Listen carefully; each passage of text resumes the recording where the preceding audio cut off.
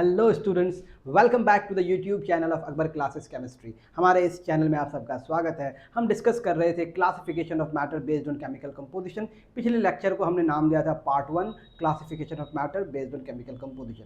क्या हमने डिस्कस किया था? व्हाट वी हैव डिस्कस्ड, हमने डिस्कस किया था कि मैटर क्या होता है, और हमने ये भी बताया था कि matter is anything which has mass and volume. Mass के बारे में कुछ बेसिक बातें हमने की थी, वॉल्यूम के बारे में कुछ बेसिक बातें हमने की थी। हमने आपको कहा था ये दोनों ही फिजिकल क्वांटिटी है। One of the physical quantity that is mass बताता है कि कोई ऑब्जेक्ट कितना हैवी है, और वॉल्यूम बताता है कोई मैटर कितना स्पेस ऑक्यूपाई करता है।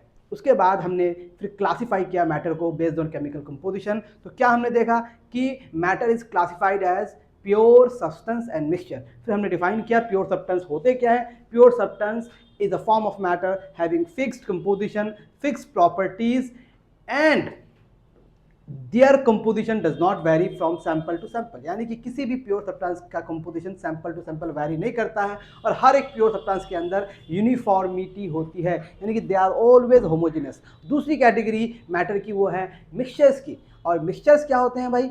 जब उसके पास फिक्स कंपोजिशन ना हो, यानी कि मैटर का वह फॉर्म जिसके पास फिक्स कंपोजिशन ना हो, वह कहलाता है मिक्सचर।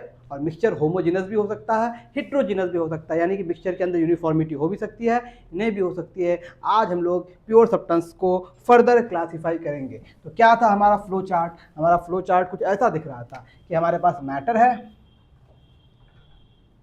We have matter. और मैटर को कैसे क्लासीफाई किया गया है? मैटर को क्लासीफाई किया गया है बेस्ड ऑन केमिकल कंपोजिशन दो कैटेगरी में। एक को आप सिर्फ सब्सटेंस कह दीजिए या प्योर सब्सटेंस कह दीजिए, इसको हमने डिफाइन कर लिया है कल। और दूसरी कैटेगरी हमारे पास है मिक्सचर्स, सब्सटेंसेस एंड मिक्सचर्स। अब जो सब्सटेंसेस होते हैं, ठीक है, ये फर्दर दो तरह के होते हैं। मैंने आपको कहा था कि सारे के सारे एलिमेंट्स और सारे के सारे कंपाउंड्स प्योर सब्सटेंसेस हैं। यानी कि एलिमेंट्स की बात कर लेंगे हम लोग प्योर सब्सटेंस के अंदर, और बात कर लेंगे हम लोग किसकी? कंपाउंड्स की। यानी कि अगर हम एलिमेंट्स समझ गए, कंपाउंड समझ गए, तो हमें समझ आ गया pure substance. Pure substance that is substance. और मिक्सचर भी दो तरह के होते हैं। कितने तरह के होते हैं? दो तरह के। एक मिक्सचर को हम लोग कहते हैं होमोजेनस मिक्सचर, और एक को हम लोग कहते हैं हेट्रोजेनस मिक्सचर्स। सिंपल है भाई, homogeneous mixtures and heterogeneous mixtures. खास बात यह है, मिक्सचर्स होमोजेनस और हेट्रोजेनस हो सकते हैं, लेकिन एलिमेंट्स एंड कंपाउंड्स दोनों ही क्या होते हैं? होमोजेनस नेचर के होते हैं। होमोजेनस नेचर के होते हैं। Mixtures can be either homogeneous और heterogeneous, but pure substances are always homogeneous. ठीक है।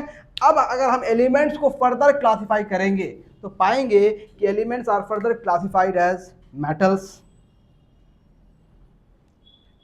Non metals and metalloids. ये कुछ बेसिक क्लासिफिकेशन है। अच्छा, होमोजेनस मिक्सचर का एक और नाम है, उसे हम कहते हैं सॉल्यूशंस। होमोजेनस मिक्सचर्स ही सॉल्यूशंस होते हैं। अक्सर बच्चों को लगता है जब किसी लिक्विड में कोई सॉलिड डिसॉल्व हो जाता है तो सॉल्यूशन बनता है, बट ये ट्रू नहीं है। ट्रू एक्चुअल सेंस में सॉल्यूशन किसे बोलते हैं? सारे होमोजेनस मिक्सचर का दूसरा नाम सॉल्यूशंस है। तो ये फ्लो चार्ट आप लिखेंगे, फिर इसी के अकॉर्डिंग हम एक एक टर्म को डिफाइन करेंगे। Pure substances are already defined, mixtures are already defined. मैं आपको एक बार रिवाइज करा देता हूँ। Pure substances is a form of matter, a pure substance is a form of matter having fixed composition and properties which does not vary from sample to sample, and all the pure substances are homogeneous in nature। Mixtures कैसे होते हैं भाई? A mixture is formed when two or more than two substances are physically mixed। दो या दो से ज्यादा substances को जब physically mix करते हैं किसी भी proportion में, यानी कि उसके पास कोई fixed composition नहीं होगा, तो क्या बन जाएगा भाई? मिक्सचर बन जाएगा। उम्मीद है आपको बात यहाँ तक समझ में आई होगी। आगे बढ़ते हैं और डिफाइन करते हैं आज हम लोग आज के टॉपिक को, एलिमेंट्स को। फिर हम कंपाउंड्स की तरफ जाएंगे, फिर होमोजेनस मिक्सचर की तरफ जाएंगे, फिर हेट्रोजेनस मिक्सचर की तरफ जाएंगे, और सबके एक एक एग्जाम्पल्स भी हम लोग देखेंगे। चलिए, बहुत अच्छी बात है। जुड़े रहिए हमारे साथ। एलिमेंट बहुत ही कॉमन टॉपिक है। एलिमेंट ये जानना बेहद ज़रूरी है कि एलिमेंट्स होते क्या हैं। मैंने आपको शुरू में बताया था, यानी कि कल के लेक्चर में बताया था कि कल का लेक्चर मतलब पार्ट 1, उसमें मैंने आपको बताया था कि किसी मैटर के पास जो कॉन्स्टिट्यूएंट पार्टिकल्स होते हैं वो क्या क्या हो सकते हैं। कॉन्स्टिट्यूएंट पार्टिकल्स ऑफ मैटर क्या क्या हो सकते हैं। कॉन्स्टिट्यूएंट पार्टिकल्स ऑफ मैटर की अगर बात की जाए,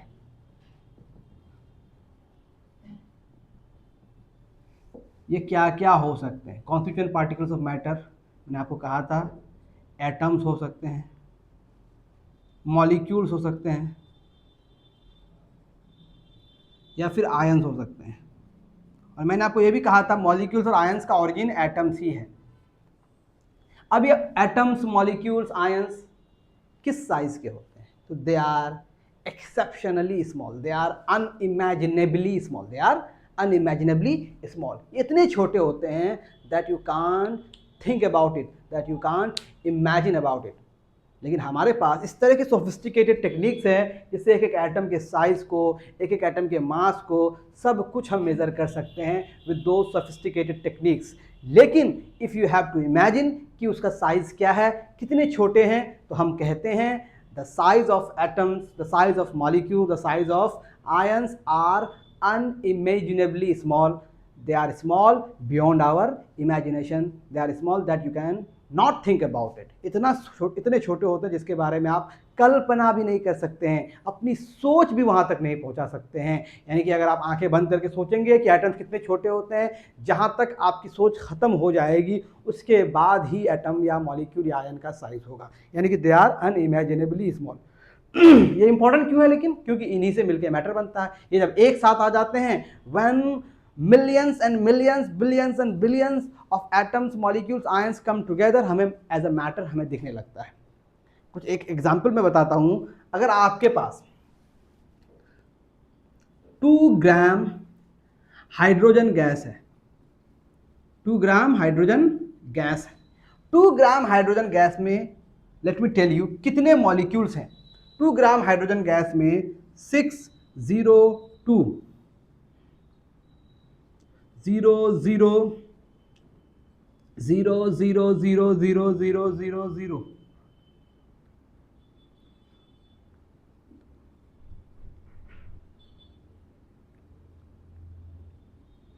इतने H2 मॉलिक्यूल्स हैं।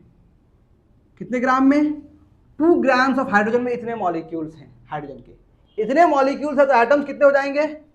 2 इंटू दिस वन।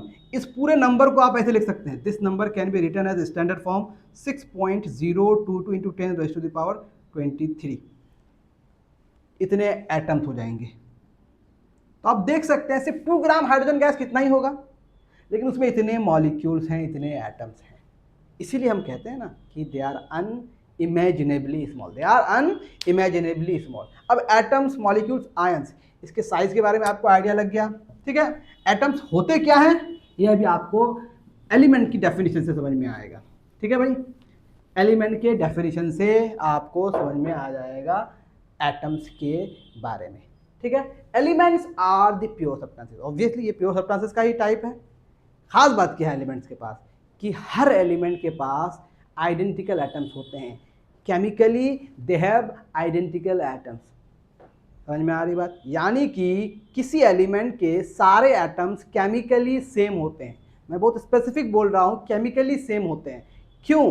क्योंकि बात अगर आपने पढ़ा होगा आइसोटोप्स के बारे में, तो एक ही एलिमेंट के एटम्स अलग अलग एटॉमिक मास के हो सकते हैं। तो they are different in terms of their physical properties but they cannot be different chemically। इसीलिए अगर डायरेक्टली हम लोग बोलते हैं सेम काइंड ऑफ एटम्स, ये थोड़ा सा एम्बिगुअस हो जाएगा, थोड़ा सा गलत डेफिनेशन हो जाएगा। तो इट इज बेटर टू से कि दे आर केमिकली सेम। समझ में आ रही बात? यानी कि atoms of an element are chemically same, या फिर हम ऐसे कह सकते हैं elements are the pure substances. Elements क्या है भाई? Elements are the pure substances containing atoms of same kind. क्या मैंने लिखा? Elements are the pure substances containing atoms of same kind. आप ये कह सकते हैं an element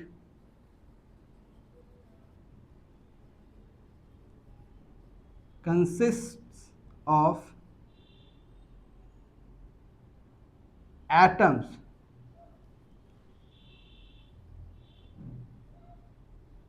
which are identical or same chemically. They are chemically same. An element consists of atoms which are identical or same. कैसे? Chemically. यानी कि atoms of an element are chemically same. Atoms of an element are chemically same. या फिर आप simple ये बोल सकते हैं an element is a pure substance having same type of atoms, having same kind of atoms, containing atoms of same kind, whatever, जैसे भी आपको बोलना हो. कहने का मतलब ये है एक एलिमेंट है, उसके अंदर जितने एटम्स हैं उसके कॉन्स्टिट्यूएंट पार्टिकल्स हैं, वो कॉन्स्टिट्यूएंट पार्टिकल्स सारे के सारे सेम होते हैं. नॉट फिजिकली होगा ही, लेकिन chemically they are always same. Chemically they are always same. अब केमिकली सेम ये आपको बाद में समझ में आएगा. एक्चुअली केमिकली सेम कैसे होते हैं? किसी एटम के अंदर कितने नंबर ऑफ प्रोटॉन्स होते हैं, जितने नंबर ऑफ प्रोटॉन्स होते हैं उतना ही नंबर ऑफ इलेक्ट्रॉन्स होते हैं. नंबर ऑफ इलेक्ट्रॉन डिसाइड करता है केमिकल बिहेवियर किसी एलिमेंट का. समझ में आ रही बात? तो एक एटम के केमिकल नेचर को, केमिकल बिहेवियर को समझने के लिए हमें उसके नंबर ऑफ इलेक्ट्रॉन का पता लगाना पड़ेगा. और किसी एलिमेंट के अंदर जितने सारे एटम्स होते हैं, हर एटम के पास नंबर ऑफ इलेक्ट्रॉन सेम होते हैं. That is why they are chemically same. Physically वो अलग हो सकते हैं. क्यों? क्योंकि एक एलिमेंट के एटम्स के अंदर नंबर ऑफ न्यूट्रॉन्स में डिफरेंस हो सकता है, जिसकी वजह से आइसोटोप्स अराइज होते हैं. यानी कि एक ही एलिमेंट के एटम्स अलग अलग मास के हो सकते हैं, इसकी पॉसिबिलिटी है. ठीक है, तो ये एलिमेंट का डेफिनेशन हो गया. अब एलिमेंट के साथ खास बात क्या है? एक एलिमेंट को अगर आप तोड़ेंगे तो आपको क्या मिलेगा? क्या और कोई सब्सटेंस हमें मिल सकता है एलिमेंट को तोड़ के? तो when you start breaking elements तो आपको एटम्स ही मिलने वाले हैं. एटम्स को जैसे ही तोड़ दिए, सब्सटेंस अपना नेचर खो दिया. अब वो सब्सटेंस रहा नहीं, अब वो सब एटॉमिक पार्टिकल पे चला जाएगा. और एक एटम को प्रैक्टिकली तोड़ के electron, proton, neutron banana is impossible. यानी कि अगर मैटर एग्जिस्ट कर रहा है तो हमारे पास एटम्स होंगे, एटम्स कंबाइन करके मॉलिक्यूल्स बनाएंगे, या फिर एटम से इलेक्ट्रॉन का लूज और गेन होकर आयंस बनेगा, वो आयंस फिर मैटर बनाएंगे. सारे पार्टिकल्स को आप अलग नहीं कर सकते, सब एटॉमिक पार्टिकल्स को, इलेक्ट्रॉन्स को, प्रोटॉन्स को, न्यूट्रॉन्स को. तो जब आप किसी एलिमेंट को तोड़ते हैं तो you get the same atoms again and again. यानी कि सेम एटम्स मिल रहा है, इसका मतलब same elements you are getting. इसका मतलब ये हुआ कि एलिमेंट से सिंपल कुछ हो नहीं सकता. तो एलिमेंट्स क्या हो गया? मैटर का सिंपलेस्ट फॉर्म. क्या हो गया? Elements are the simplest form of matter. Elements are the simplest form of matter. इसका मतलब ये हुआ कि एलिमेंट्स को फर्दर सिंपलर फॉर्म में ब्रेक डाउन नहीं किया जा सकता है, चाहे केमिकली हो चाहे फिजिकली हो. यानी कि हम कह सकते हैं कुछ ऐसा, elements are the simplest form of matter which can not be broken down into any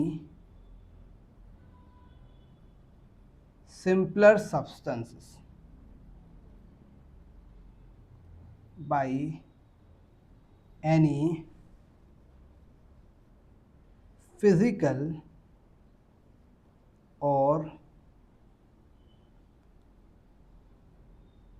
chemical means. बहुत ही अच्छी बात है ये, इसको समझना बेहद ज़रूरी है. यानी कि एलिमेंट से सिंपल कुछ हो नहीं सकता. सब्सटेंस के मामले में मैटर का सिंपलेस्ट फॉर्म क्या है? एलिमेंट है. इससे सिंपल कुछ हो नहीं सकता, क्योंकि इसके अंदर एक ही तरह के एटम्स होते हैं. When you start breaking you get the same atoms again and again. It means you are getting the same element again and again. I hope यहाँ तक बात क्लियर है. अब एलिमेंट्स के बारे में कुछ बातें और करते हैं हम लोग. एलिमेंट्स के बारे में क्या क्या बातें कर सकते हैं हम लोग? तो सबसे इंपॉर्टेंट बात है कि हमारे पास कितने एलिमेंट्स हैं. क्या इसको हम काउंट कर सकते हैं? तो ऑफ कोर्स अभी हमारे पास जितने एलिमेंट्स हैं वो पीरियोडिक टेबल में पूरी जगह भर चुका है। उसके बाद हमें जानकारी नहीं है, तो हम कह सकते हैं ऑलमोस्ट हमारे पास अभी 118 एलिमेंट्स हैं करंटली। हमारे पास currently we have 118 known elements. ये नंबर बढ़ सकता है। अब ये नोन एलिमेंट्स में क्या सारे एलिमेंट्स नेचर में एग्जिस्ट करते हैं? नहीं। इन 118 में से 94 एलिमेंट्स जो हैं ये नेचर में हैं। 94 एलिमेंट्स आर नेचुरली अकरिंग। इनमें से 94 एलिमेंट्स क्या है? Naturally occurring. और जो रेस्ट एलिमेंट्स हैं, rest of the elements are artificial elements, यानी कि these elements are made in the laboratories में उसको बनाया गया है। लेकिन इनमें से 94 क्या है? नेचुरली अकरिंग हैं। नेचर में इतने एलिमेंट्स हैं। अब इन सारे एलिमेंट्स की प्रॉपर्टीज तो सेम नहीं है, तो कुछ एलिमेंट्स की कुछ common properties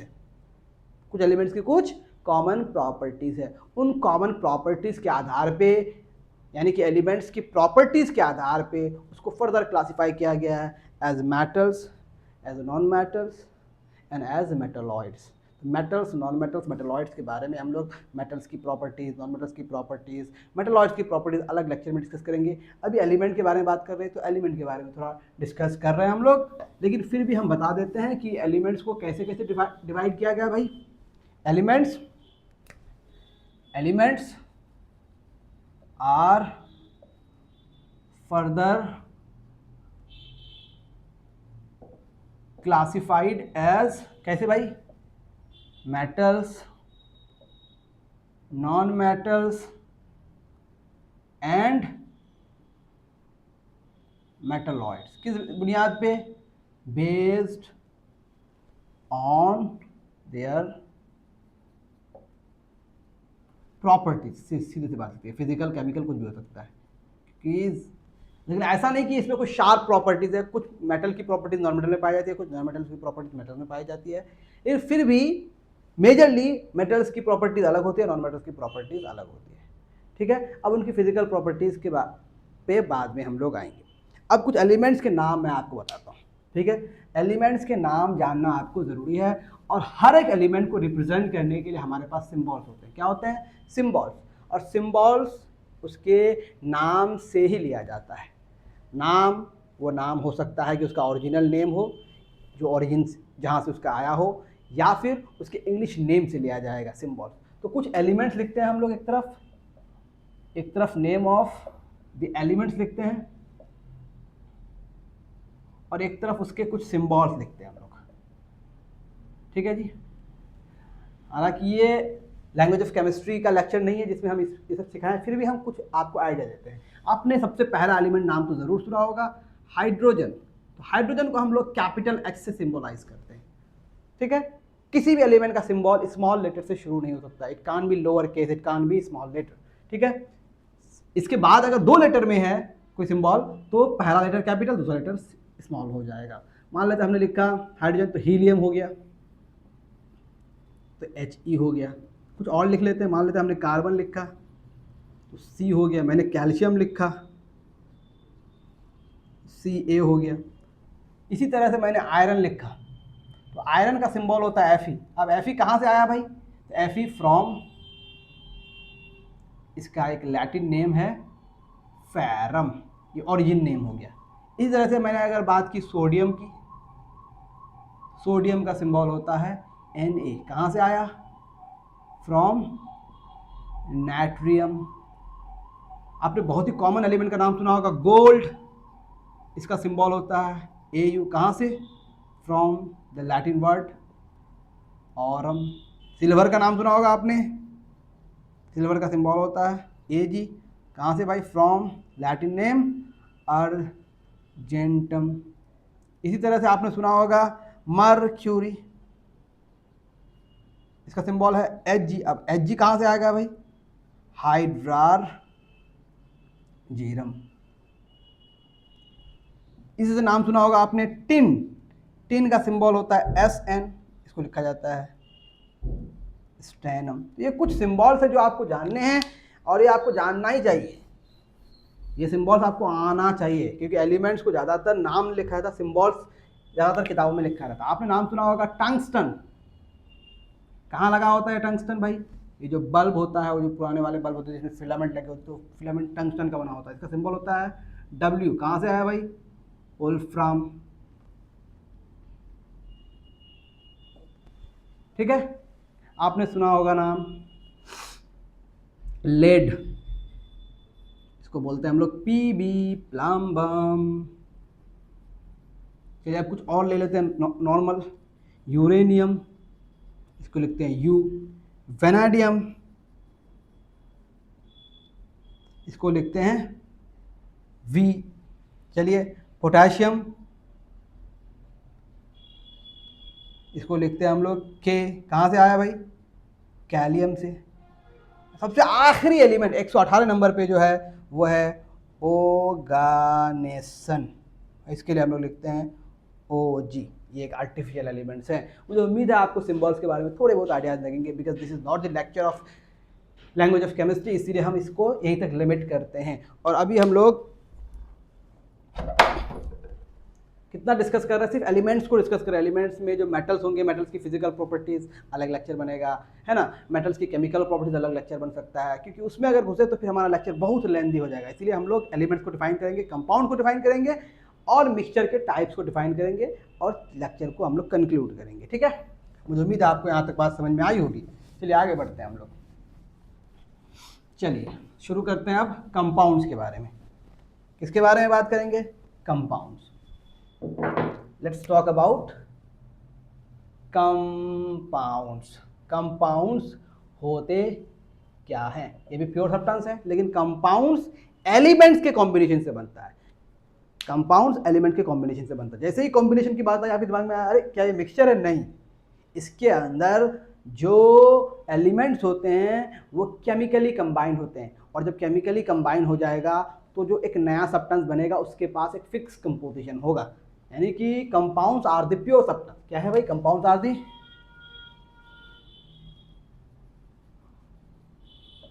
the pure substances. कैसे बनते हैं? Which are form by the, कैसा भाई? Chemical combination of two or more than two elements in a fixed ratio of their atomic masses। क्या लिखा मैंने? कंपाउंड सारे के सारे प्योर सब्सटेंसेस हैं। सारे कंपाउंड्स प्योर सब्सटेंसेस हैं। जो बनते कैसे हैं? केमिकल कॉम्बिनेशन से। किसके? दो या दो से, टू और मोर देन टू एलिमेंट। दो या दो से ज्यादा एलिमेंट जब केमिकली कंबाइन करता है, सबसे इंपॉर्टेंट बात है एक फिक्स रेशियो में कंबाइन करता है। किसमें कंबाइन करता है? एक फिक्स्ड रेशियो में। किसका? उसके एटॉमिक मास का। यानी कि दो या दो से ज्यादा एलिमेंट्स के एटम्स का एक फिक्स मास जब कंबाइन करता है केमिकली तो क्या बनता है? कंपाउंड बनता है। जब भी कोई कंपाउंड बनेगा उसमें कम से कम दो तरह के एटम्स होंगे, लेकिन वो दोनों तरह के एटम्स एक फिक्स रेशियो में, अपने एटॉमिक मासेस के फिक्स रेशियो में कंबाइंड होंगे, सो दैट वो एक फिक्स कंपोजिशन शो कर सके। और वो एक कंपोजिशन अलग सब्सटेंस का होगा। क्यों? They are chemically combined. क्योंकि जब केमिकल कॉम्बिनेशन होता है तो जो एलिमेंट्स हैं वो अपनी प्रॉपर्टी लूज कर देता है। Elements have lost their property. समझ में आ रही बात? यानी कि कंपाउंड के अंदर जो एलिमेंट्स मौजूद होते हैं उनकी प्रॉपर्टी खत्म हो जाती है बिल्कुल। इसका मतलब एलिमेंट से कंपाउंड का बनना, formation of a compound from their constituent elements is not a physical change. जिस तरह से मिक्सचर का बनना एक फिजिकल चेंज था, लेकिन कंपाउंड का बनना is not a physical change. ये कैसा चेंज है?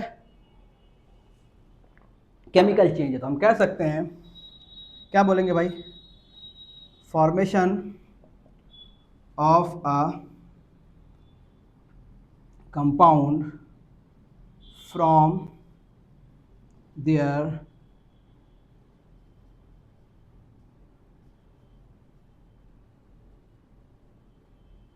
constituent elements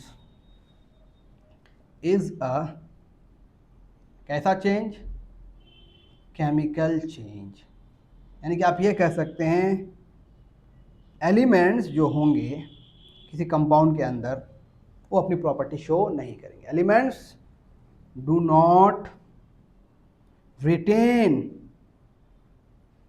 there chemical identity, कहाँ पे, इन अ कंपाउंड। किसी कंपाउंड के अंदर एलिमेंट्स अपनी केमिकल आइडेंटिटी को रिटेन नहीं करती है, वो अपनी केमिकल आइडेंटिटी को लूज कर देती है। यानी कि compound is a completely new substance from its constituent elements. वो अपने एलिमेंट्स की कोई भी प्रॉपर्टी शो करता ही नहीं है। लेकिन खास बात क्या है कि कंपाउंड एलिमेंट्स की कॉम्बिनेशन से बनता है, still they are chemically combined, लेकिन कंपाउंड को आप ब्रेक डाउन कर सकते हैं केमिकल रिएक्शंस के थ्रू और एलिमेंट्स बना सकते हैं। यानी कि आप कह सकते हैं कि कंपाउंड्स तो प्योर सब्सटेंस हैं, लेकिन ये सिंपलेस्ट फॉर्म नहीं है। सिंपलेस्ट फॉर्म कौन है, एलिमेंट्स। तो compounds can be broken down into simpler substances that is into their constituent elements by chemical reactions, by chemical reaction. तो क्या कह सकते हैं, compounds can be broken down into simpler substances, that is into their constituent elements. How? By chemical reactions. Chemical reactions के through compounds को break down किया जा सकता है सिंपलर सब्सटेंसेस में। ठीक है, चलिए, बहुत ही अच्छी बात है, इसमें कोई दिक्कत नहीं है। कैसे ब्रेक डाउन किया जा सकता है किसी कंपाउंड को अपने कॉन्स्टिट्यूएंट एलिमेंट्स के फॉर्म में, वो ज़रा आपको दिखाते हैं। माना कि हमारे पास एक कंपाउंड है NaCl। अब NaCl को आपने पिघलाया, लिक्विड बनाया, लिक्विड बना के इसके अंदर इलेक्ट्रिसिटी पास किया। क्या पास किया, इलेक्ट्रिसिटी। ये एक कंपाउंड है क्योंकि इसके अंदर सोडियम और क्लोरीन दिख रहा है, लेकिन सोडियम और क्लोरीन अपनी प्रॉपर्टी इसके अंदर शो नहीं करता है। कंपाउंड है एक, ठीक है, इसका नाम क्या है, सोडियम क्लोराइड, और इसको आप कॉमन सॉल्ट के नाम से जानते हैं। You know it with the name of common salt. इसको पिघला दिया, इसके अंदर इलेक्ट्रिसिटी आपने पास किया, तो ये बन गया सोडियम सॉलिड और Cl2 गैस। अब सोडियम सॉलिड ये एक एलिमेंट हो गया और क्लोरीन गैस ये एक एलिमेंट हो गया। यानी कि एक कंपाउंड था, इसको सिंपलर सब्सटेंसेस एलिमेंट्स में ब्रेक डाउन किया जा सकता है थ्रू केमिकल रिएक्शन। इसका मतलब ये सिंपलेस्ट फॉर्म ऑफ मैटर नहीं, ये सिंपलेस्ट है। सोडियम को फर्दर और कुछ सिंपल नहीं बनाया जा सकता, क्लोरीन को और फर्दर कुछ सिंपल नहीं बनाया जा सकता। ठीक है जी। अब कंपाउंड जो है वो एलिमेंट से बिल्कुल अलग कैसे होते हैं। आपने कंपाउंड का नाम सुना होगा वाटर। क्या सुना होगा नाम, वाटर। वाटर का केमिकल फॉर्मूला क्या होता है, H2O। क्या होता है, H2O is the chemical formula of water, molecular formula of water. ठीक है, अब इसको बनाने के लिए हाइड्रोजन गैस और ऑक्सीजन गैस को कंबाइन करना पड़ता है। अब कैसे कंबाइन करेगा, उसके लिए कंडीशन है कि इन दोनों गैस को इलेक्ट्रिक स्पार्क देते हैं, फिर वो दोनों रिएक्ट करते हैं, फिर वो बनाता है वाटर। अब वाटर जिस भी फिजिकल स्टेट में बने, सॉलिड स्टेट में बने, लिक्विड स्टेट में बने, गैसेस स्टेट में बने, हालांकि यहाँ गैसेस स्टेट में बनता है, बहुत ही हाई टेम्परेचर में ये रिएक्शन होता है, वाटर बना। हाइड्रोजन गैस को क्या लिखते हैं हम लोग, H2 गैस। ऑक्सीजन गैस को क्या लिखते हैं हम लोग, O2 गैस। आपने इन दोनों को क्या दिया, इलेक्ट्रिक स्पार्क, तो बहुत ही हाई टेम्परेचर में रिएक्शन होगा और ये बन जाएगा H2O, गैसियस स्टेट में बनेगा, H2O बन गया। ये एक एलिमेंट है, ऑब्वियसली एलिमेंट है। ये भी क्या है, एक एलिमेंट है, और ये क्या है, एक कंपाउंड है। तो क्या कंपाउंड के अंदर एलिमेंट्स की प्रॉपर्टीज है? Let's check.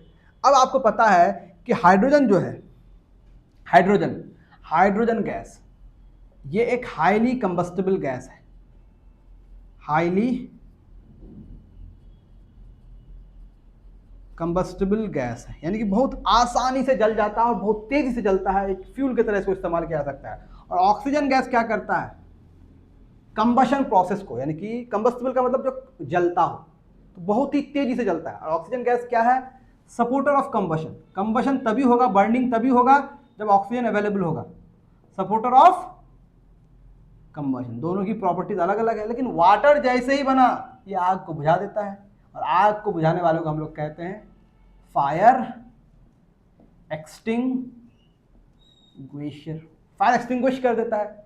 वाटर, देखिए हाइड्रोजन जल जाता है, ऑक्सीजन जलने में मदद करता है, लेकिन वाटर जो बना वो आग को बुझा देता है। तो क्या वाटर के पास उनके एलिमेंट्स की प्रॉपर्टीज मौजूद है? तो बिल्कुल नहीं है। तो हम कह सकते हैं compound has completely new set of properties than its constituent elements. तो क्या कंपाउंड प्योर सब्सटेंस की डेफिनेशन को फॉलो किया? हाँ किया। फिक्स कंपोजिशन है, फिक्स प्रॉपर्टीज है, और ये प्रॉपर्टीज कभी वेरी नहीं करेगी। आई होप आपको ये बात समझ में आई होगी। और वाटर दुनिया में कहीं भी हो, हर जगह सेम होता है, ये बदलेगा नहीं। यानी कि कोई भी कंपाउंड दुनिया में कहीं भी हो, हर जगह वो सेम होगा, because it's a pure substance. और प्योर सब्सटेंस की डेफिनेशन में है fix composition, fix properties, uniform composition and does not vary from sample to sample. ये हो गई बात कंपाउंड्स के बारे में। अब कंपाउंड्स के डेफिनेशन में क्या लिखा हमने? Compound is a pure substance which is formed by the chemical combination of two or more than two elements in a fixed ratio of their atomic masses। अब इस फिक्स रेशियो को समझने के लिए हम लोग फिर से वाटर का एग्जांपल लेते हैं, वाटर का ही एग्जांपल लेते हैं। H2O लिखते हैं इसमें हम लोग। इसमें कौन कौन से एलिमेंट्स हैं? हाइड्रोजन। अब हाइड्रोजन का एटॉमिक मास कितना होता है भाई? एटॉमिक मास हाइड्रोजन का अगर आप बात करें, एटॉमिक मास क्या होता है ये बाद में आपको समझ में आएगा। अभी अभी के लिए जब समझ लीजिए एक एटम का मास, हाइड्रोजन का एटॉमिक मास होता है 1U। और ऑक्सीजन का एटॉमिक मास कितना होता है? ऑक्सीजन का एटॉमिक मास होता है 16U। अब H2O बनने के लिए H2O में है ना, आप मास ऑफ हाइड्रोजन की बात करें तो कितना है? 1 है। और अगर मास ऑफ ऑक्सीजन की बात करें तो कितना है? 2 इंटू 16, सॉरी H2 है, यहाँ हो जाएगा 2 इंटू 1 दैट इज 2, तो हाइड्रोजन है। और ऑक्सीजन 1 इंटू 16 कितना हो गया? 16। अब फिक्स रेशियो क्या है? यानी कि हाइड्रोजन और ऑक्सीजन का जब रेशियो निकालेंगे इन किसमें? वाटर में, ऐसे लिख सकते हैं रेशियो ऑफ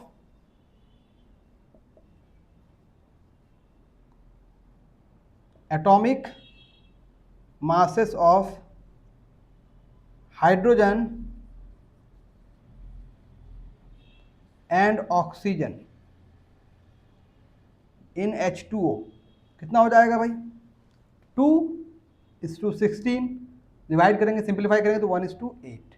तो दुनिया में कहीं भी पानी हो, उस पानी के अंदर हाइड्रोजन और ऑक्सीजन के मास का रेशियो कितना होगा? 1:8।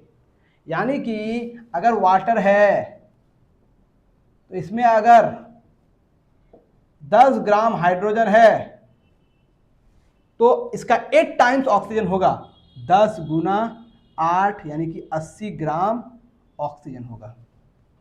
यानी कि हमेशा ये 1:8 के रेशियो में मौजूद होगा। वाट, तो यही है in a fix ratio of their atomic mass. मुझे उम्मीद है यहाँ तक आपको समझ में आया होगा। तो ये कंपाउंड्स हैं, कुछ टिपिकल कंपाउंड्स के नाम और उसके फॉर्मूले मैं लिख के देता हूँ आपको, सो दैट आपको ये काम आए। एक तरफ मैं लिखता हूँ सम कॉमन कंपाउंड्स और उसका केमिकल फॉर्मूले। फॉर्मूला का प्लूरल होता है फॉर्मूले। चलिए सबसे पहले भाई बात कर लेते हैं वाटर, इसके बिना ज़िंदगी अधूरी है। अभी अभी हमने बात किया था कॉमन सॉल्ट, इसका फॉर्मूला होता है NaCl। ठीक है, ये दोनों कंपाउंड अलग अलग नेचर का है, इसको बाद में हम लोग समझेंगे। आपने नाम सुना होगा कार्बन डाइऑक्साइड, वेरी गुड, सुना ही होगा कार्बन डाइऑक्साइड CO2। आपने बहुत ही किचन में जो इस्तेमाल होता है वो है शुगर, वो है C12H22O11। आपने नाम सुना होगा ग्लूकोज का, ग्लूकोज का फॉर्मूला क्या होता है C6H12O6। इसी तरह से आपने नाम सुना होगा एक कंपाउंड अमोनिया का, इसका फॉर्मूला होता है NH3। आपने नाम सुना होगा सल्फ्यूरिक एसिड का, बहुत ही कॉमन एसिड है, H2SO4 होता है। आपने नाम सुना होगा नाइट्रिक एसिड का, S फॉर सल्फर। ठीक है, नाइट्रिक एसिड का फॉर्मूला क्या होता है HNO3, N फॉर नाइट्रोजन। इसी तरह से आपने नाम सुना होगा कार्बन मोनोऑक्साइड, एक जहरीला गैस, कार्बन मोनोऑक्साइड क्या होता है भाई ये CO। एक कंपाउंड होता है हाइड्रोजन और ऑक्सीजन से बनने वाला है, जिसको हम लोग बोलते हैं हाइड्रोजन पर ऑक्साइड, इसका फॉर्मूला होता है H2O2। तो आप देख सकते हैं हाइड्रोजन और ऑक्सीजन से वाटर भी बनता है, हाइड्रोजन और ऑक्सीजन से हाइड्रोजन पर ऑक्साइड भी बनता है। डिफरेंस क्या है, दोनों में जो एटॉमिक मास का रेशियो है, उसका जो कॉम्बिनेशन है वो डिफरेंट है, that is why different compounds बनते हैं। एक ही रेशियो में मिलेगा तो सेम कंपाउंड बनेगा, अलग अलग रेशियो में मिलेगा तो अलग अलग कंपाउंड्स बनेंगे। इसी को आप कहते हैं लॉ ऑफ मल्टीपल प्रोपोर्शन। तो this is all about compounds. इतनी बातें, क्योंकि हम लोग इंट्रोडक्टरी लेक्चर है तो कंपाउंड्स के बारे में इससे ज़्यादा नहीं पढ़ सकते हम लोग। और कंपाउंड क्या होंगे भाई, हमेशा होमोजेनस होंगे, कंपाउंड के अंदर एलिमेंट्स अपनी प्रॉपर्टी शो नहीं करता। मिक्सचर को हम लोग डिफाइन कर चुके थे, आज हम लोग मिक्सचर को फर्दर क्लासिफाई करेंगे कि मिक्सचर होते कितने तरह के हैं भाई। मिक्सचर दो तरह के होते हैं। मिक्सचर कितने तरह के होते हैं, दो तरह के। एक को हम लोग बोलते हैं होमोजेनस मिक्सचर्स और एक को हम लोग बोलते हैं heterogeneous mixtures. Homogeneous mixtures and heterogeneous mixture. तो पहले बार होमोजेनस मिक्सचर को मैंने कहा, क्या कहा, इसको आप सॉल्यूशन भी कह सकते हैं। तो होमोजेनस मिक्सचर बोलेंगे किसे, किसे बोलेंगे हम लोग, होमोजेनस मिक्सचर। क्या बोलेंगे, a mixture is said to be homogeneous। एक मिक्सचर को आप होमोजेनस कह सकते हैं कब, if it has uniform composition through out. पूरे मिक्सचर के अंदर अगर यूनिफॉर्म कंपोजिशन है, यूनिफॉर्म कंपोजिशन शब्द को मैंने आपको कल एक्सप्लेन किया था कि उसके अंदर जब मिक्सचर बना तो जो सब्सटेंसेस आपस में मिक्स हुए वो डिस्टिंक्ट फेज नहीं शो कर रहा होगा, अलग अलग दिख नहीं रहा होगा, एक सिंगल सब्सटेंस की तरह दिखता होगा। It looks like a single substance but it is a mixture, but it is a mixture. तो उसी जहां पे आपको एकदम यूनिफॉर्मिटी दिखे, अलग अलग फेज ना दिखे, उसे हम क्या बोलेंगे, यूनिफॉर्म कंपोजिशन। और अगर यूनिफॉर्म कंपोजिशन है तो वो कहलाएगा होमोजेनस मिक्सचर। अब भाई यूनिफॉर्म कंपोजिशन वाले कौन कौन एग्जाम्पल्स कुछ लिख लेते हैं हम लोग। एग्जाम्पल्स ऑफ होमोजेनस मिक्सचर्स की अगर बात की जाए, एग्जाम्पल्स की बात करें अगर हम लोग होमोजेनस मिक्सचर्स का, तो भाई एक बहुत ही कॉमन बात याद रख लें नोट करने की, कि मिक्सचर ऑफ गैसेस, गैसेस का जो मिक्सचर होगा आर ऑलवेज होमोजेनस। गैस का मिक्सचर हमेशा क्या होगा, होमोजेनस। कोई भी दो गैस को मिलाओ हमेशा होमोजेनस होगा। और लिक्विड्स का मिक्सचर होमोजेनस भी हो सकता है और हिट्रोजेनस भी हो सकता है। यानी कि अगर लिक्विड्स मिसिबल होंगे, miscible liquids form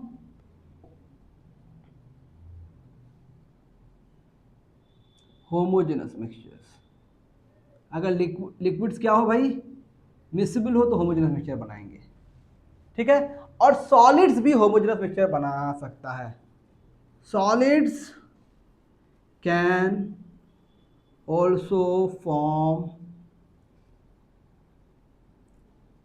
homogeneous mixtures. और ये होते कौन है, जनरली ये एलॉयज होते हैं, ठीक है। ये तो हम बताए कुछ जनरल बात है कि भाई होमोजेनस मिक्सचर कब बनेगा, जब गैस का मिक्सचर होगा तो वो हमेशा होमोजेनस होगा। दो लिक्विड अगर मिसिबल है, मिसिबल मतलब वो जब मिक्स हो रहा है तो अलग अलग लेयर नहीं बना रहा है, तो वो मिसिबल लिक्विड्स है, और मिसिबल लिक्विड्स हमेशा होमोजेनस मिक्सचर बनाता है। तो एग्जांपल लिख लेते हैं हम लोग, एग्जांपल लिखते हैं। चलिए, ये तो कुछ नोट देने की बात हो गई कि ये बातें हम जहन में रखेंगे एज अ कॉन्सेप्ट। एग्जांपल्स की बात करें तो एक नंबर में लिख लेते हैं एयर। एयर एक होमोजेनस मिक्सचर है, why, because air is a mixture of different gases, और गैस का मिक्सचर हमेशा होमोजेनस होता है। दूसरा, aqueous solution of sugar, aqueous solution of sugar मतलब शुगर डिजॉल्व इन वाटर। इसका मतलब क्या हो गया, sugar plus water, sugar plus water. Sugar और वाटर के सॉल्यूशन को हम बोलते हैं एक्वस सॉल्यूशन ऑफ शुगर, क्योंकि शुगर वाटर में पूरी तरह से डिजॉल्व हो जाता है, तो ये होमोजेनस मिक्सचर बनाता है। इसी तरह से इथेनॉल एक अल्कोहल का कंपाउंड है प्लस वाटर, ये दोनों मिसिबल लिक्विड्स हैं। कैसे लिक्विड्स हैं, इसका मतलब ये कैसा मिक्सचर बनाएगा, होमोजेनस मिक्सचर बनाएगा। और चौथे नंबर पे सारे के सारे एलॉयज, सारे के सारे एलॉयज क्या हैं, होमोजेनस मिक्सचर्स हैं। अब एलॉयज में है कौन भाई, आपने नाम सुना होगा ब्रॉन्ज, आपने नाम सुना होगा स्टेनलेस स्टील, ठीक है। आपने नाम सुना होगा, कैसे कैसे बोल रहे हैं हम, सोल्डर एक्सेट्रा, बहुत तरह के होते हैं हमारे पास एलॉयज, ठीक है। तो ये कुछ एग्जांपल्स थे हमारे होमोजेनस मिक्सचर्स के। अब बात कर लेते हैं हम लोग हेट्रोजेनस मिक्सचर्स की। लेट्स टॉक अबाउट हेट्रोजेनस, और हेट्रोजेनस मिक्सचर पढ़ के हम लेक्चर को ख़त्म कर देंगे, यानी कि बुनियादी तौर पे हमारा लेक्चर ख़त्म हो, यानी कि ये पार्ट 2 में पूरा का पूरा क्लासिफिकेशन खत्म हो गया। एलिमेंट्स के बारे में डिटेल पढ़ने के लिए, कंपाउंड्स के बारे में डिटेल पढ़ने के लिए फर्दर लेक्चर बनाएंगे, और इवन होमोजेनस मिक्सचर सोल्यूशन के बारे में डिटेल पढ़ने के लिए, एक तो चैप्टर ही एक क्लास 12 में सोल्यूशन के बारे में, तो हम डिटेल पढ़ सकते हैं अलग अलग लेक्चर में उसके बारे में। अभी हमें फंडामेंटल्स को समझना है, इसीलिए हम यही चीज़ों को लिमिट करके पढ़ रहे हैं। तो क्या बात करेंगे अब हम लोग, हेट्रोजेनस मिक्सचर। किसकी बात करेंगे, हेट्रोजेनस मिक्सचर। अब हेट्रोजेनस मिक्सचर में क्या होगा भाई, यूनिफॉर्मिटी नहीं होगी। A mixture is said to be heterogeneous if it has non-uniform composition।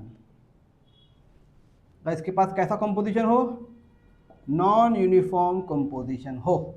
Non uniform composition होगा तो वो हेट्रोजेनस मिक्सचर बन जाएगा। जैसा कि एग्जाम्पल लिख लेते हैं, सैंड प्लस वाटर, इसको आपने मिक्स किया, सैंड और वाटर को मिक्स किया, तो ये कभी भी होमोजेनस मिक्सचर बना नहीं सकता, क्योंकि सैंड वाटर में डिजॉल्व भी नहीं होता, और ये यूनिफॉर्मली डिस्ट्रीब्यूट हो ही नहीं सकता जब तक डिजॉल्व नहीं होगा। इसीलिए ये क्या बनता है, हेट्रोजेनस मिक्सचर बनता है, क्योंकि सैंड सॉल्युबल नहीं है। अगर ये सॉल्युबल होता वाटर में तो होमोजेनस मिक्सचर बन जाता, क्योंकि इसका मतलब कोई भी सॉलिड जो वाटर में सॉल्युबल नहीं है वो हेट्रोजेनस मिक्सचर बनाता है, sand plus water. Even milk plus water एक हेट्रोजेनस मिक्सचर है, और मिल्क खुद एक हेट्रोजेनस मिक्सचर है, ब्लड एक हेट्रोजेनस मिक्सचर है। लग रहा होगा कि होमोजेनस है, लेकिन नहीं, ये हेट्रोजेनस मिक्सचर होता है। किसी भी ब्लड के अंदर यूनिफॉर्म कंपोजिशन नहीं होता है, किसी भी मिल्क के अंदर यूनिफॉर्म कंपोजिशन नहीं होता है, टॉप में अलग बॉटम में अलग, ये बदल सकता है। आई होप आपको बात समझ में आ रही होगी। ये कुछ एग्जांपल्स हो गए हमारे इसके हेट्रोजेनस मिक्सचर की। तो homogeneous mixture uniform composition, heterogeneous mixture non uniform composition, elements के बारे में बात हुई, कंपाउंड्स के बारे में बात हुई, हेट्रोजेनस मिक्सचर के बारे में बात हुई, होमोजेनस मिक्सचर के बारे में बात हुई। मुझे उम्मीद है आपको समझ में आया होगा। अगर समझ में आया है तो ज़रूर लाइक कर दें और अपने दोस्तों तक शेयर करें जिनको ये इन्फॉर्मेटिव लेक्चर्स मिले। Thank you very much for joining us again. subscribe to my new YouTube channel.